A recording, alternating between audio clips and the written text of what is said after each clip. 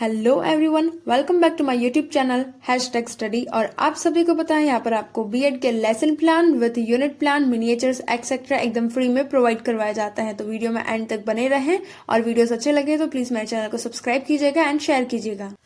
So guys, आज हम करने वाले हैं हमारी यूनिट का सबसे लास्ट और 6 नंबर का लेसन, और बाकी सारे लेसन जो है वो ऑलरेडी अपलोड हो चुके हैं। आज हमारा लास्ट है। हमारी यूनिट है क्या हमारे आसपास के पदार्थ शुद्ध है, यानी कि is matter surround us pure. इसका हमारा आज 6 नंबर का लेसन है जिसका नाम है मिश्रण तथा यौगिक, यानी कि मिक्सचर एंड कंपाउंड। ठीक है, स्टार्ट करते जल्दी से। पाठ का महत्व कि विद्यार्थी विभिन्न प्रकार के मिश्रण और यौगिकों के बारे में विस्तार पूर्वक अध्ययन कर सकेंगे।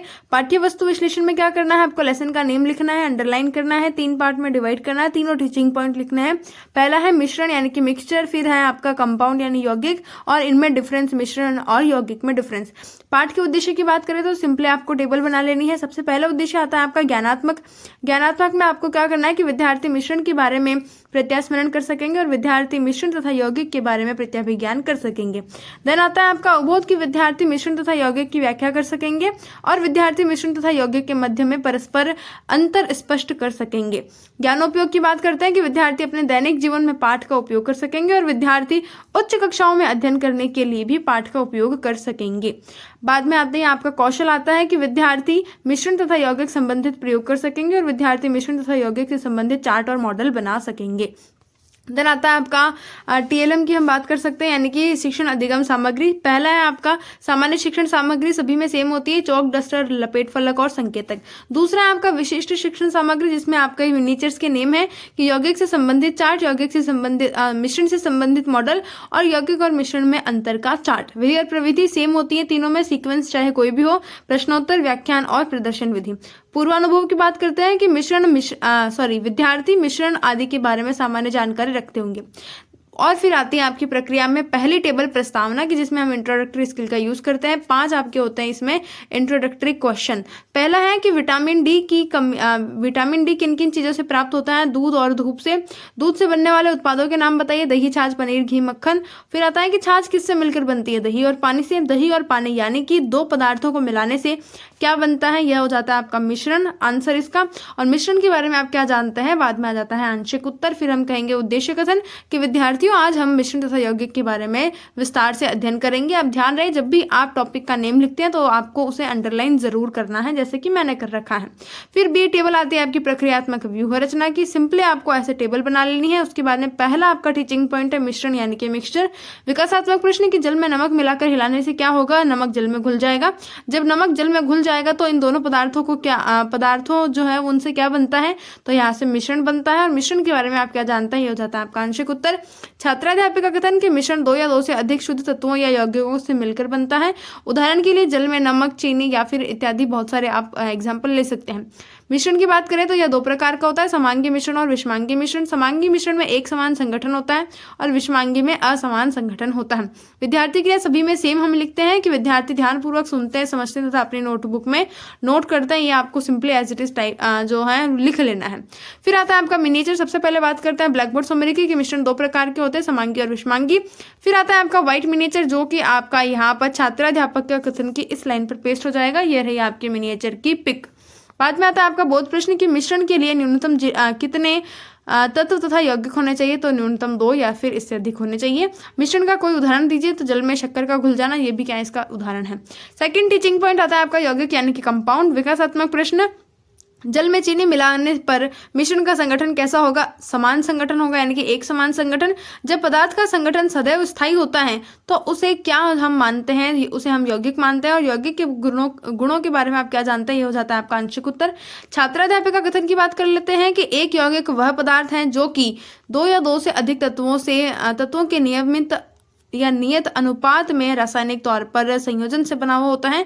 यौगिक का निर्माण तत्व के क्रिया करने पर होता है और यौगिक के नए पदार्थ के गुणधर्म पूरी तरह से भिन्न होते हैं।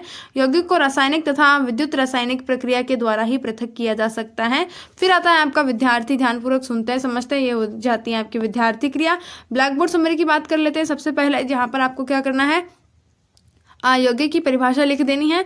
फिर आता है व्हाइट मिनिएचर, जो कि आपका यहाँ पर इस लाइन पर पेस्ट हो जाएगा। ये रही आपकी मिनिएचर की पिक।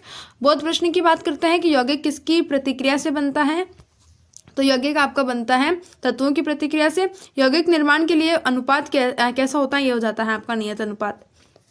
तीसरा और सबसे लास्ट टीचिंग पॉइंट है आपका मिश्रण तथा यौगिक में अंतर। विकासात्मक प्रश्न की संगठन किसका नियत नहीं होता है, मिश्रण का नियत नहीं होता है, और यदि नियत अनुपात में पदार्थ मिलता है तो उससे किसका निर्माण होता है, यौगिक का। यौगिक और मिश्रण में क्या अंतर है, ये हो जाता है आपका आंशिक उत्तर।